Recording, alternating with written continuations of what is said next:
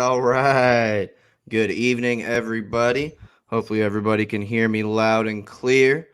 Yes, sir. Good to have everybody on here with us. The man there to my right, kind of bopping a little bit to the tune of our own jam, is, of course, Tyler Watts, What's back up? with us from a wonderful vacation with his family. But we are very Wonderful. happy to have you back here, sir.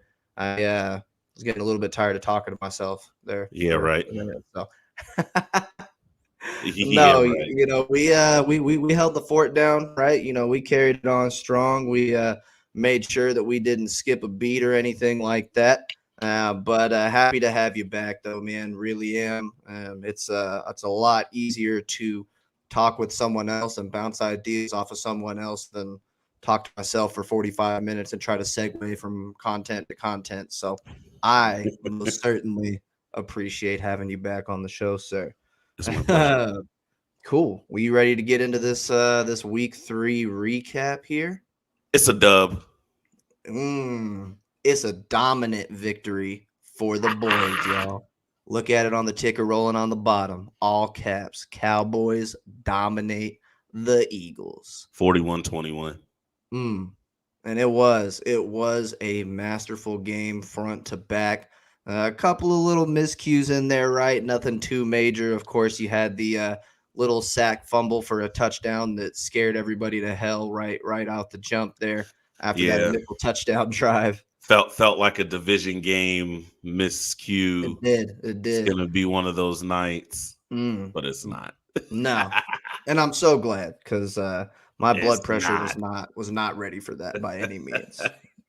Really That's glad right. that the Cowboys, put those miscues away early on and put to bed anybody who thinks they can run with us in the NFC East. It's not even going to be close, y'all. I don't care No, what anybody say. it's bad. Cowboys taking the division. I mean, come on, man. Washington doesn't have a quarterback anymore, and they had half a quarterback before. Right. The Giants still have Danny Dimes and Jason Garrett, so they're screwed, right? Yeah. That dude is literally going to trip over himself on the way to success. We've seen it happen. Yeah. Philly looked like the only halfway competent offense, those first couple of weeks. And we're good. Man, you know how That's just how bad Atlanta is, which is what I thought, but it's okay. How gratifying it was to see Jalen Hurts be bad at football because he is, y'all. And I have been saying that. Oh, man. Yeah, he's an athlete. He can run around. He can get away from you. But you know who he can't get away from? Micah Parsons. Ooh. He can't get away from Micah, bro. No. He can't. He can't do it. Stuck him a couple times. Man. It was gross. But really, one of the biggest pieces from the game, I was looking at an overall success piece, was that dominant first half. We kind of held it, there in the second half, but that was a lot more even split with, possession time, things of that nature. But that first half, of course, like we said, right off the bat, Dallas gets a touchdown drive. Ezekiel Elliott, bangs one in, looking good from the go. Then we give 7 points to the Eagles, right? We get backed up into our own end zone, and Tyler Biotish, who I will talk about a little bit more here in a little bit, gets backed up into Dak Prescott's lap again. It's Santa Dak once again, guys. Everybody's here. Join the holiday fun if you're Javon Hargrave. And Dak gets that strip fumble, ends up being a touchdown, falls right into Fletcher Cox's lap. Kind of a tough break there, so it's 7-7. But then after that point, Cowboys basically dominate the entire first half of the game. Yeah. Go into it 20-7 at halftime. Just a couple quick notes that I wanted to share just from that first half of the game, and then we'll move on to our next piece here. But 13 first downs in the first quarter.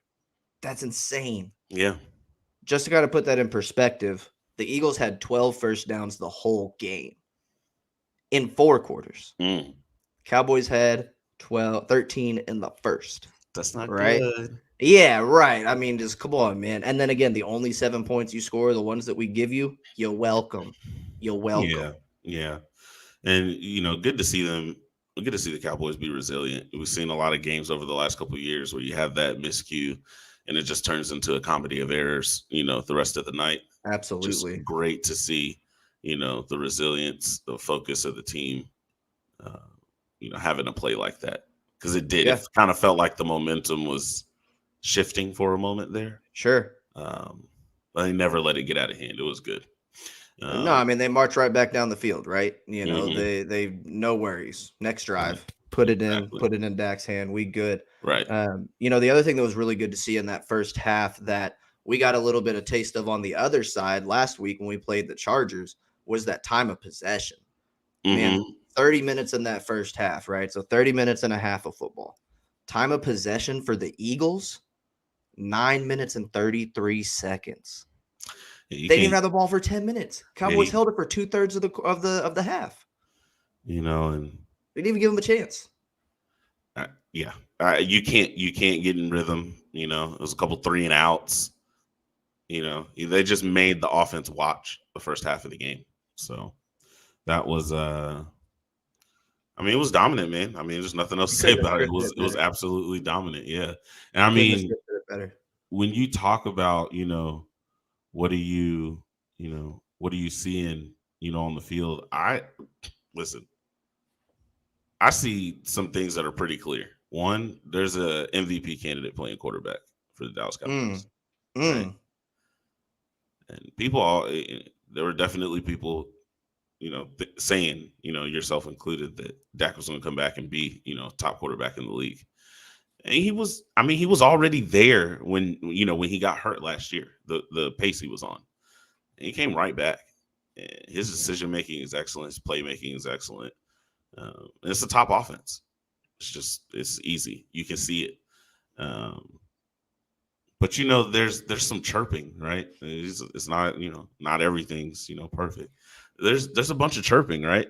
And the thing that I keep hearing the most, in these games is questions about coaching, right? Specifically some play call or decision or clock management. And I know you got a bone to pick or two. Put me in, coach. You've mentioned it, right? And to me, I've listened to a couple different takes on this, and they don't put descriptions of how you won the game on your record, right? And sure. Could some of those mistakes have adversely affected us? Sure. But we found a way to win these games, and I think that's one of the themes of this team this year, is that they're just finding a way, right? Because even in the Bucs game, that's kind of the crux of the argument, right? Like, do we run down, more on that possession and kick that field goal to seal that game? We kind of got held up on the drive. I think they were thinking touchdown instead of field goal. But I don't know, man. What are you feeling on that? Because I'm not a whole, unless the decision cost you the game. I'm not out for blood. What are you thinking on that? Yeah, we're gonna go ahead and tap your boy back in here for just a second. So anybody that followed last week, including Coach McCarthy and more, right? I talked to you gentlemen specifically. I know they tuned in. I said, coaches, if you are listening, right, we can't do this again. So let's just set this up really quickly, right? So the way that we're looking at this game, for anybody who's not 100% aware of where we are, this is the end of the first half. Eagles have the ball, and I guess we could say they're driving, right? The Eagles have the ball. I think that's a more appropriate way to say it. Right. I don't know that they were driving. Yeah. But we get a sack, we get a penalty, and they're backed up, right? So we're at second and forever, second and 28 or Yeah. some 31 or something like that. Yeah. right, some ridiculous number. Yeah. And then it gets to the point where I think it was 3rd and 24 is what it was. Mm-hmm. And there's somewhere around a minute 10, minute and a half left on the clock. Right. I mean, listen, if anybody was watching the Peyton and Eli cast, Man. remember Peyton Manning's like, I guess they're okay with 20-7. Man, okay. I mean, so yeah, right. Guess they don't want any more points. So third and 24, the play's inbounds, the clock's ticking. Yeah. The Cowboys could, right? We've got 2 timeouts. We could call a timeout right there. Because again, it's 3rd and forever. Forever, yeah. Right. And they have the ball on their own 40 or something like that, 35. So it wouldn't be great field position for us, but I mean, again, we got one of the top offenses. Right. Right. You just talked about the quarterback, right? You just talked about the quarterback. And an MVP. Let's go. But we choose not to call the timeout. So, we're all sitting here like, man, what the hell's going on? Then on that 3rd and 24, the Eagles get, I think it was a 19-yard gain. So now it's 4th and 5. That's right. Because they moved a little closer to midfield, maybe a little past midfield. Right. Yeah.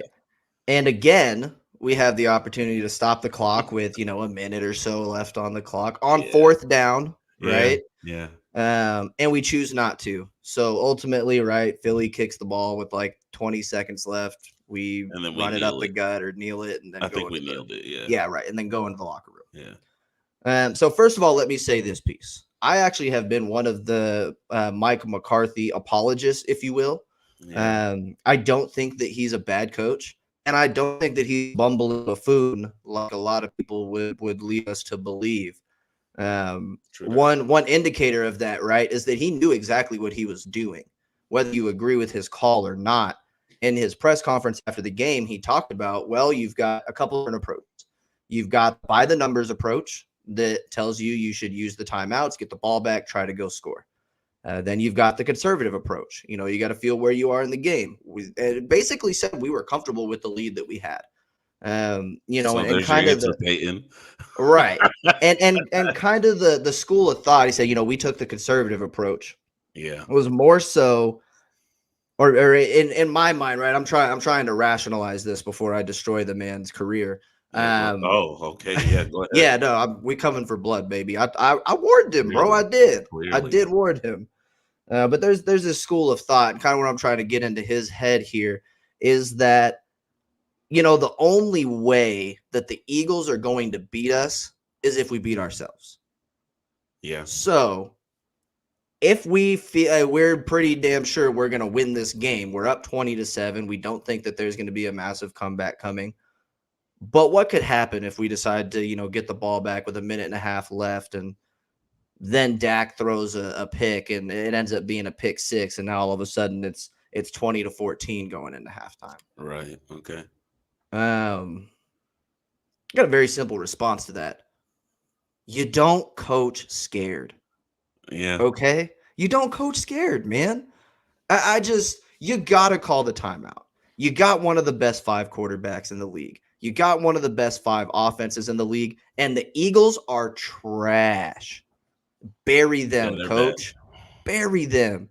Head coach Nick Sirianni out there all week at his press conferences, beat Dallas shirt, blah, blah, blah. Yeah. Fly, Eagles, fly. Yeah. Hey, get that out of here, bro. Bury them. Yeah. We won by 20. I'm trying to win by 40.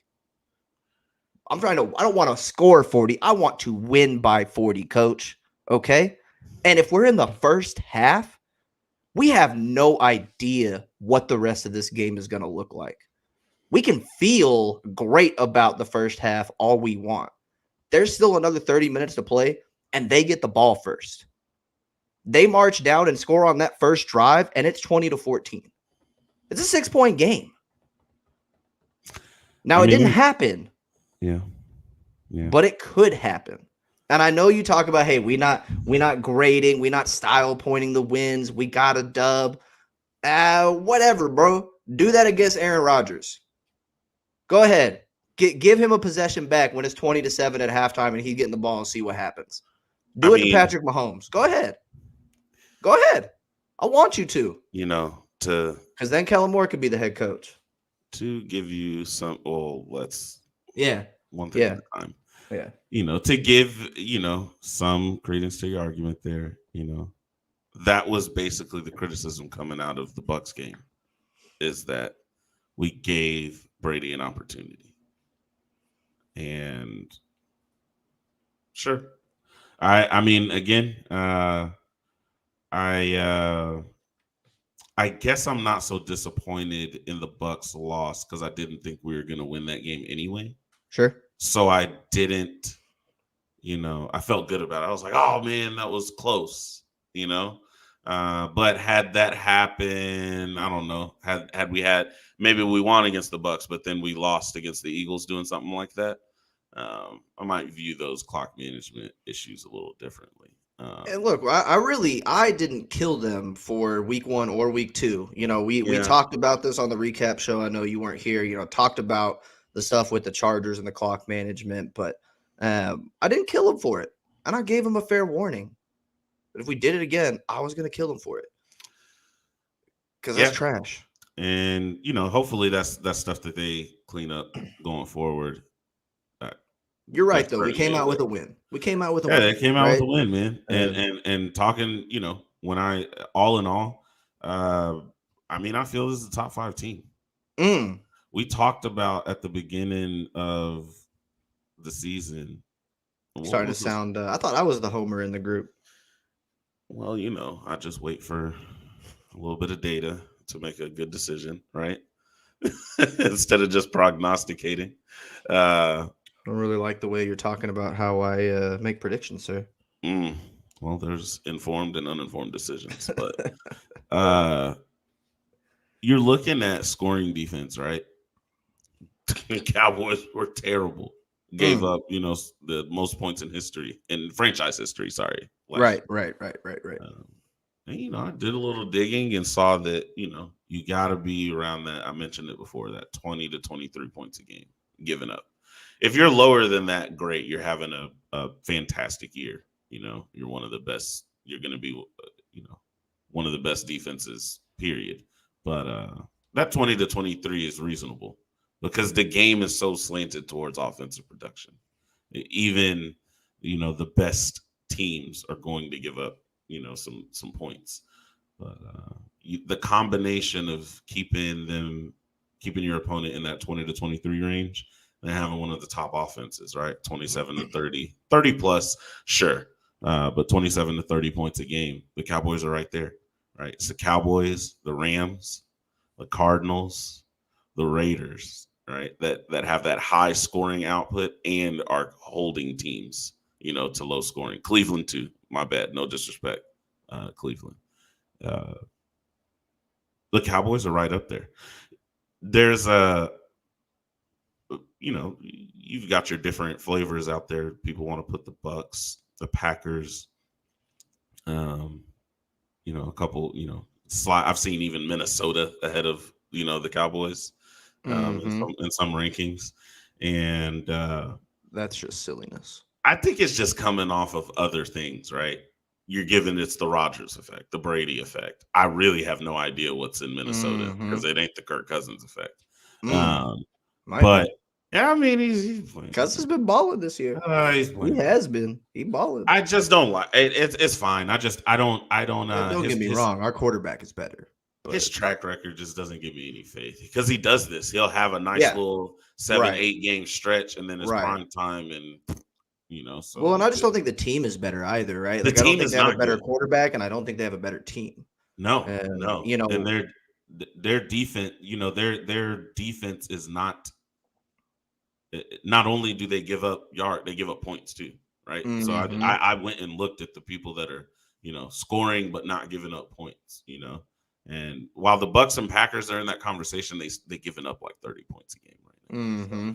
So they got work to do to get that down, and they can compete, up there.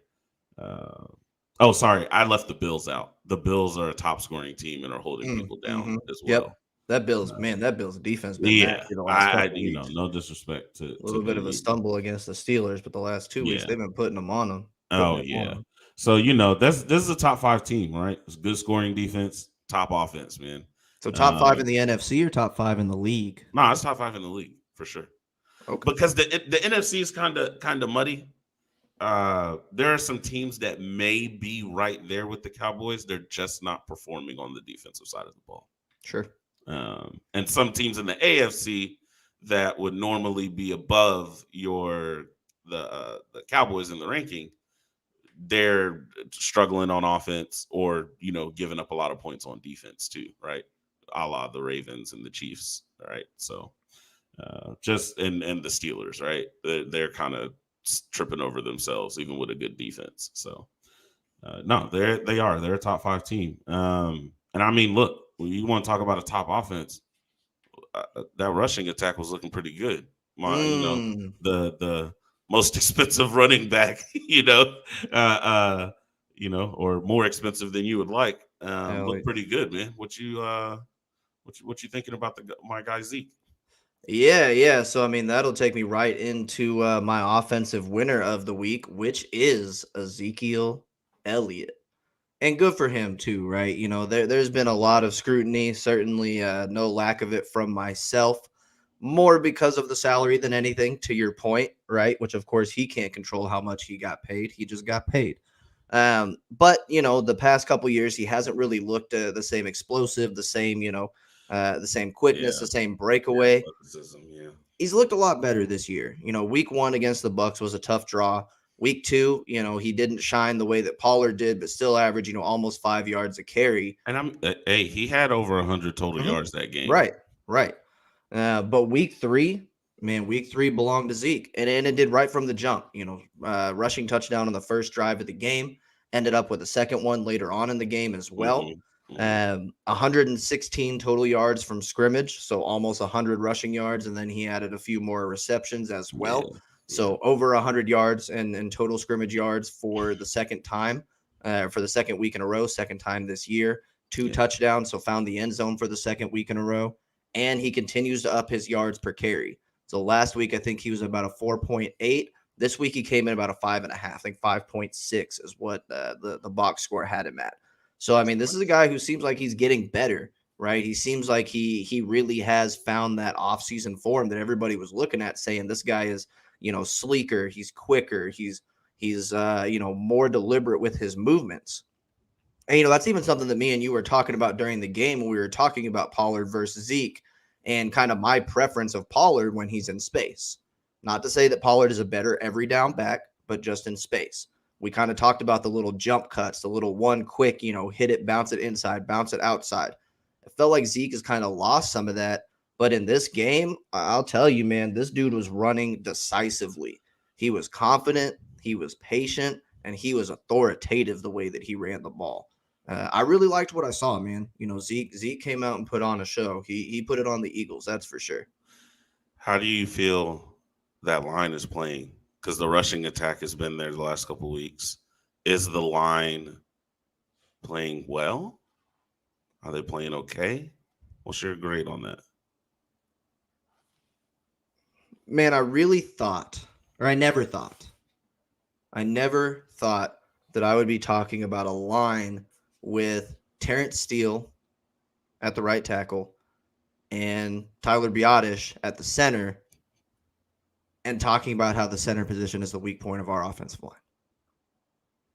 Because I mean, Yeah, I've been here, right? Terrence Steele, not that guy. He's played okay the last couple weeks. right. I think scheme and having a stud quarterback has definitely helped in that aspect. But Yeah, Terrence Steele hasn't been getting beat up.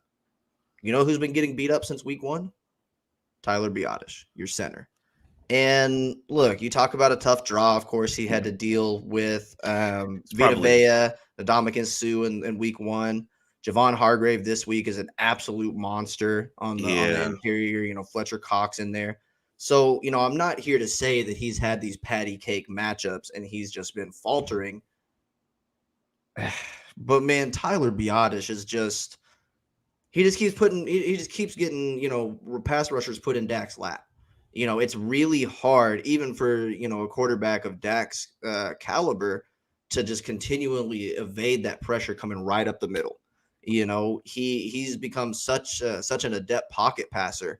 Not that he can't get outside and hurt you, because of course he can, Yeah, but but you got to protect up the middle. I mean, right. And him I mean, you see him the way he drives that ball now, in his veteran years, that when he gets to step up into the pocket and climb up and launch that thing, looks good. It looks damn good. You know what he can't do if there's a nose tackle in his lap a second into the snap? He can't step into the pocket and launch that thing. So, what I am asking at this juncture is a very important question. Can one of the Connors snap the football? Because if they can, I'm willing to look at something different. I listened to Broadus today talk about maybe, and I don't have all 22 film, so that's something that I'll have to look at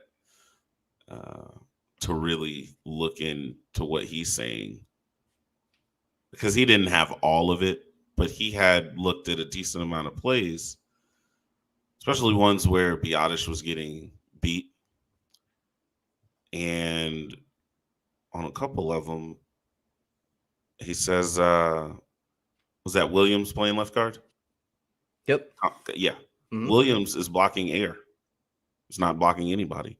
Right. He's actually looking at Tyron Smith's man to see if he needs to give Tyron help.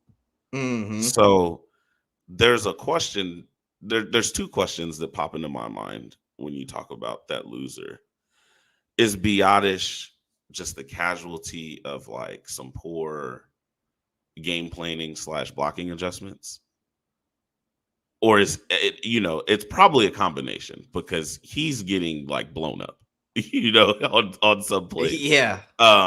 Yeah. But is there a chance, we've been looking so much and focused so much on Terrence still needs help. Terrence still needs help.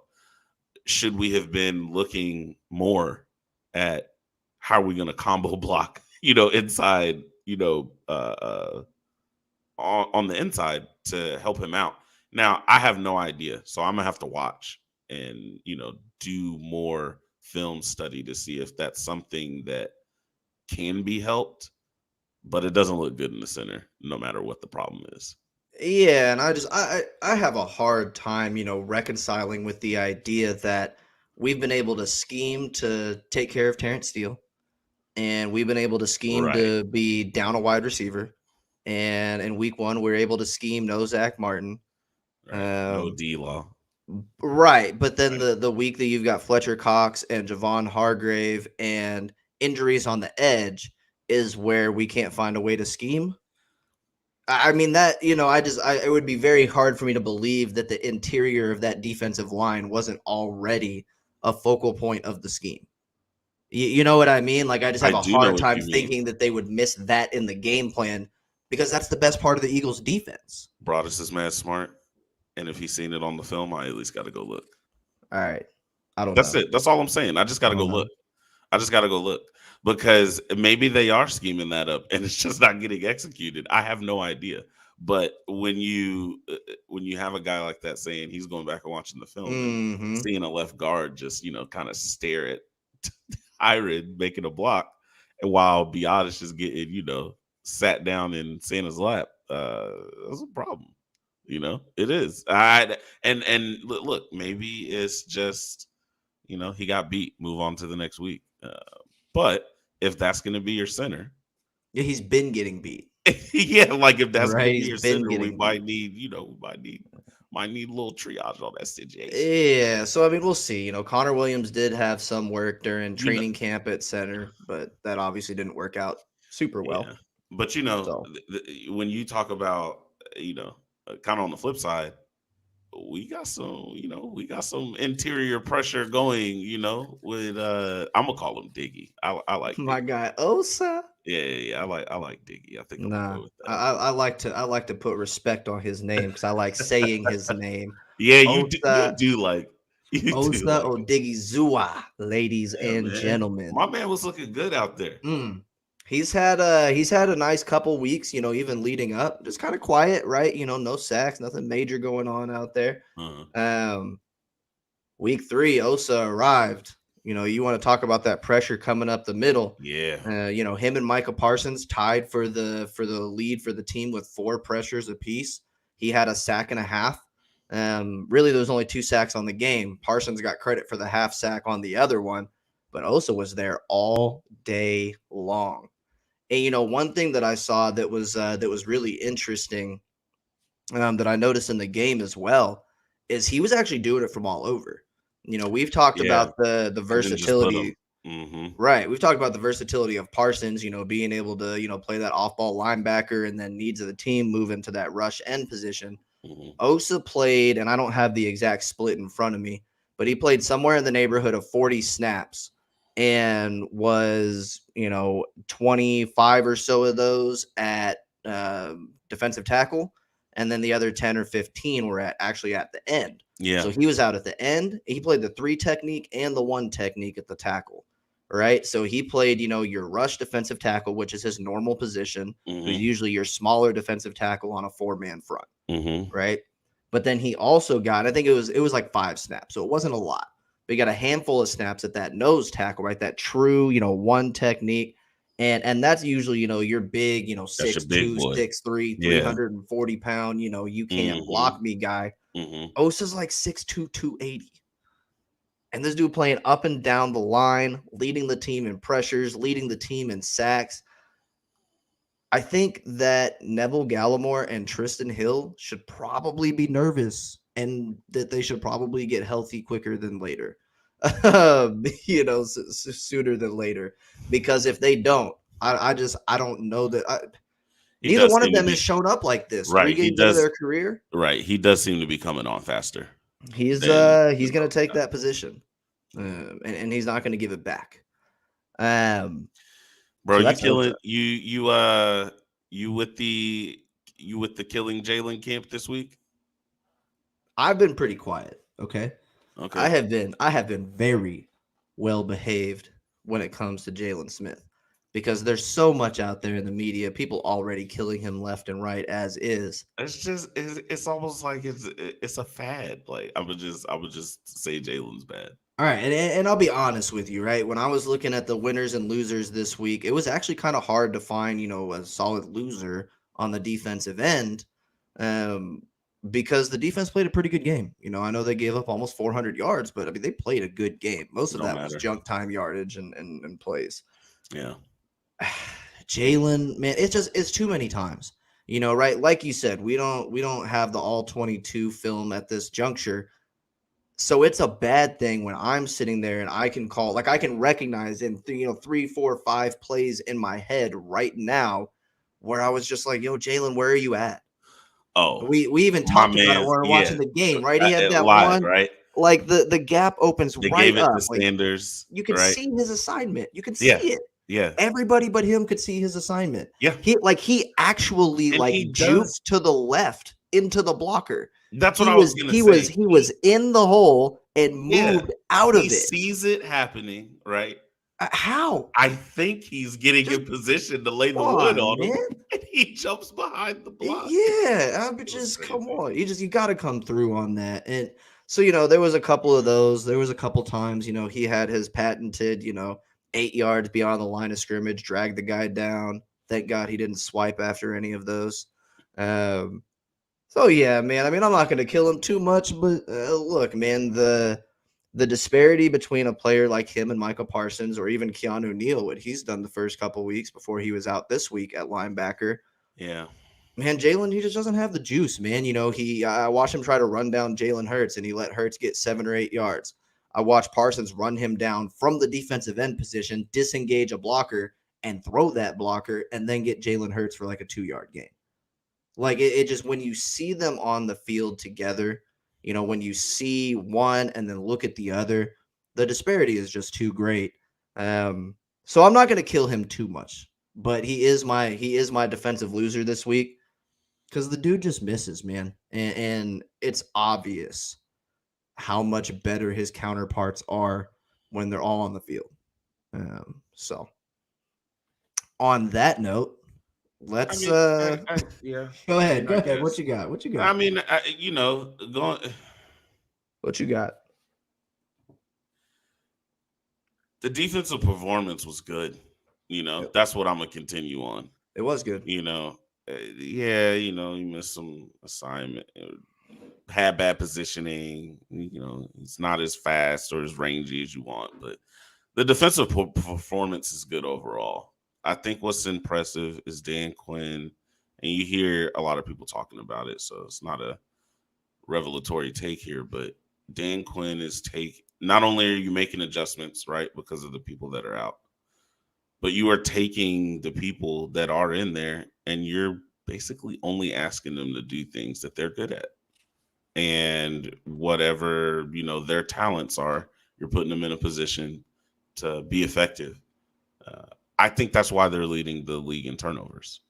Yeah, Right? 8 through 3 weeks. That's You're, it's hard to call that a fluke. yeah, because you're coaching, the attacking the ball with the ball carriers, and the pressure, you know, sometimes events, just happen that reveal things to you. The pressure we've been able to generate with Micah playing on the line is greatly enhancing the secondary. We're able to look at the quarterback and know, right, with certainty on a decent amount of those plays. I looked at I think it's the Cowboys are top 12 in pressure, like pressure percentage, like pressures per drop back, right? Mm-hmm. So they are getting to the quarterback. There are some teams that are doing it a lot better, but they are getting to the quarterback. That helps the coverage out a bunch.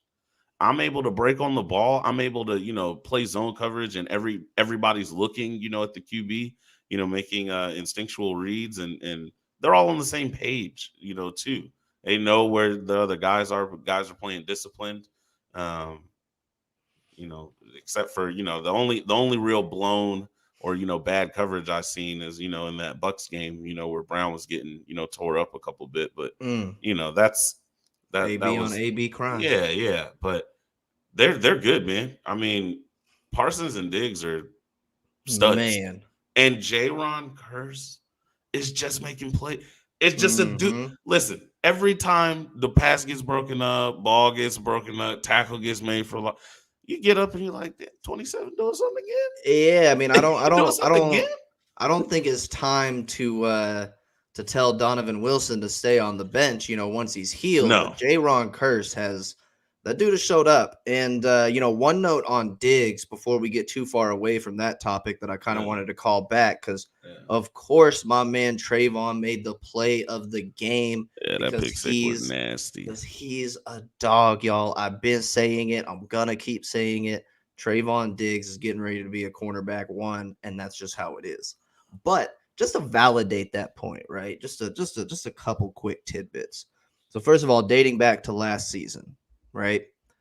He has 8 picks in his last 8 games. So he's got 3 picks in 3 games this season, 1 in each game, right? But that actually goes back. He didn't have his first pick until week 8 last year. So 8 picks in his last 8 games. Dude's a stud. Now, just looking at this season, we'll take a look at the game on Monday. According to Pro Football Focus, his coverage grade, so his overall grade was a 92, which is awesome. Right. Coverage grade was a 92.2, which again is awesome. Mm-hmm. Now, to put that number in perspective, right? So 92.2 was his coverage grade on the game on Monday. His season coverage grade is an 87.1. So 5 ticks lower. That 87.1 is good enough for number one in the league. It's number one. Number one in the league. Yeah. It says tied for number one. I'm not sure who he's tied with. I don't have that pulled up in front of me. Sure. But he has the best coverage grade of any corner in the entire league through 3 weeks this year. And teams are throwing it. It ain't right. Like that's a small sample that like he had throwing it. Mike Evans that he had to travel with. Yeah. He had Keenan Allen that he had to travel with. Yeah. This was his lightest assignment, right? And it was still Devontae Smith and Jalen Reagor and Dallas Goedert, which are not, They might not be those guys, but I they're don't think also those are not slot skill scrubs. players. Right, they're No, also those are not great skill scrubs. players. Yeah. So, it's not like he's just had cake to go against, right? Or he's just sticking on one side. This dude, man, I don't know. Did you see it? So not the interception and not one of the bat downs, but the play where he stuck Devontae Smith. It was like a Yeah. little 3-yard slant. He He walks up to Jalen Hurts and starts jawing at him. You stop see throwing the what? ball at me. Stop throwing these. He said, Stop "Stop throwing throwing this at me. ball at Stop me." throwing at He's me. a dog, Because bro. he's seen it. He's a dog. That's my When I, guy. you know, the probably the position that I, studied the most, right, that I wanted to play was corner. So I love watching, the feet, the Mm-hmm. reaction, right? Mm-hmm. When they Man, threw that 3-step. when they threw that slant, Diggs takes one step back, plants his Yep. foot, and Yep. like he's in his ribs Man. before he can even think. It was That, textbook. Not only is Trayvon a great, athlete, you can tell that he is like he understands the game, like he is a student at his position because his technique is solid and he is reading things, you know, it, as they're happening in the game. It's not too fast for him. He's not behind the play.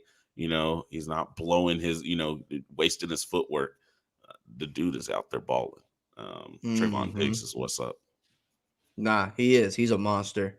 And then just a couple other quick notes on the defensive end, and then I kind of want to hear what you thought about the offensive performance before we Yeah, wrap this thing up. yeah, Third and fourth down conversion defense was great compared to what we had with the Chargers last week, the Bucks the week before.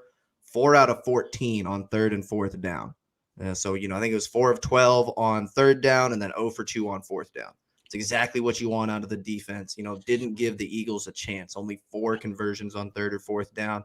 Didn't even give them a chance to get in the game, to stay in the game. That's exactly what you're looking for from your defense. And then another big thing, especially with this Cowboys defense we've talked about the last couple of years, has been that run defense. Miles Sanders carried the ball 2 times. Jalen Hurts was and a lot of this was game script, right? Of course, because the Cowboys got up early and stayed up. yeah. But even Jalen Hurts, who, is being, called this mobile dual threat quarterback, get outside in Stop space. saying And being called this. He is. He is. no, he's But go not. ahead. He's not, because he had 9 carries for 35 yards and he threw 2 interceptions. It's He's okay. trash. He's trash. Jalen Hurts is garbage, and I won't hear anything otherwise. Clearly. Trash. Look, on offense. Talk to me about the offense. Look, Talk to me. offense. I mean, look, man. They get what they want when they want it. They're getting into their plays. They have the right packages of plays called, and Dak's making excellent decisions at the line. I can't really remember, except for checking into that run play. I think that was against the Bucks, where I was just like, why? Why did you do that? Why? Right. He checked out a 16, but the one that he checked into, we were like, man, what the hell, Dak? Yeah. So it's just, the offense is great. They're clicking. Kellen Moore, Dak, McCarthy, if he's involved with that, installment during the week and stuff. They're on the same page. Everything's clicking. I'm loving that. 27 first downs. I mean, converting, holding the ball, that time of possession. A time of possession can be a sexy stat. I think when you win it and you win, it sounds good. Sure. I'm more concerned with do those drives it did, touchdowns. Right, like the Chargers last week, they murdered us in time of possession in the second half. Right, and didn't mean lost the anything. game. Right. You got to punch it. Yeah, look, man, and again, I know I said Dak's playing the MVP level, but 5 incompletions. What's he, 78% completion percentage? Yeah, 78% on the season. Got 800 yards, 6 touchdowns, 2 picks. Yeah, the dude's he's a monster, bro. Yeah, 878 yards, almost 900 yards through 3 games, 6 touchdowns, 2 picks, 77.5% completion. And look, what more do you want from the guy? There's an embarrassment of talent on his skill positions. But we felt like that before, and the offense didn't live up to it. right? There's a marriage of the play calling, the schemes, how they're attacking the defense. Um, everything's just clicking. Yeah, I and think, and I think they still have some room to improve mhm. as far as they haven't. This was the first game where they really, ran. What was it, 41 rushing attempts, Something right? like that, yeah. So, this was the first game where they really punished, a team in the run, and Mhm. it wasn't even like that old school, or sorry, I say old school. That couple of years ago, Cowboys football, where they just going to line it up and run down your throat. They're still running, on a nice schemes too, right? Great blocking, Mhm. schemes on Mhm. those runs.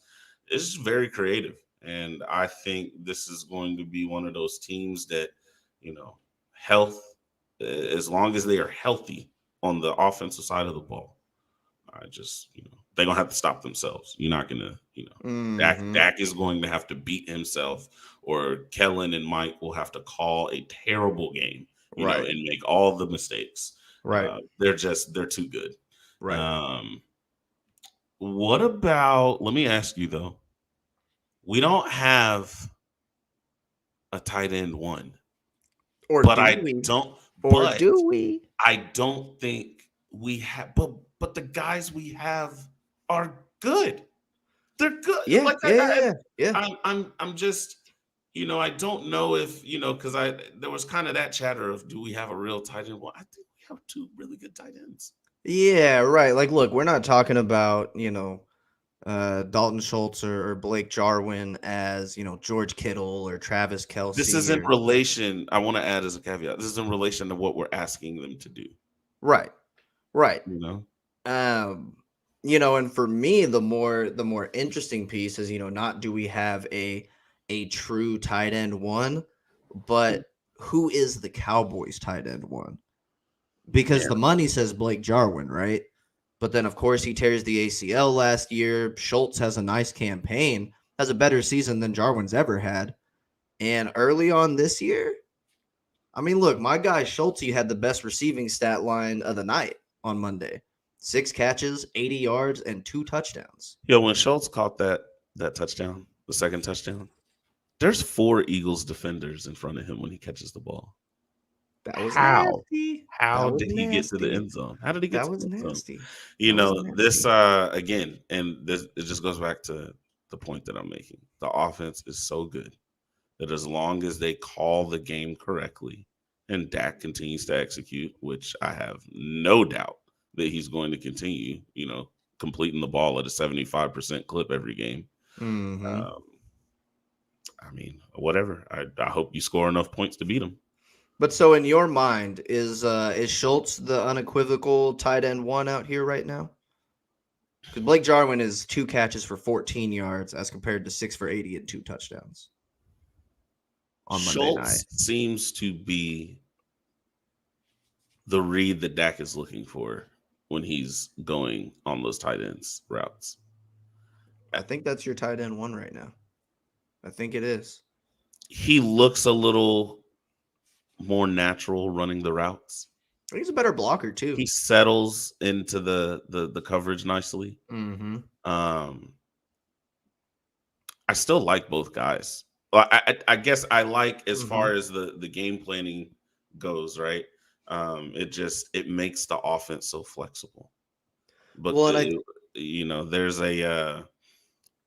but those are legitimate. When you bring those guys in the game, they're legitimate blockers and receivers. And it helps.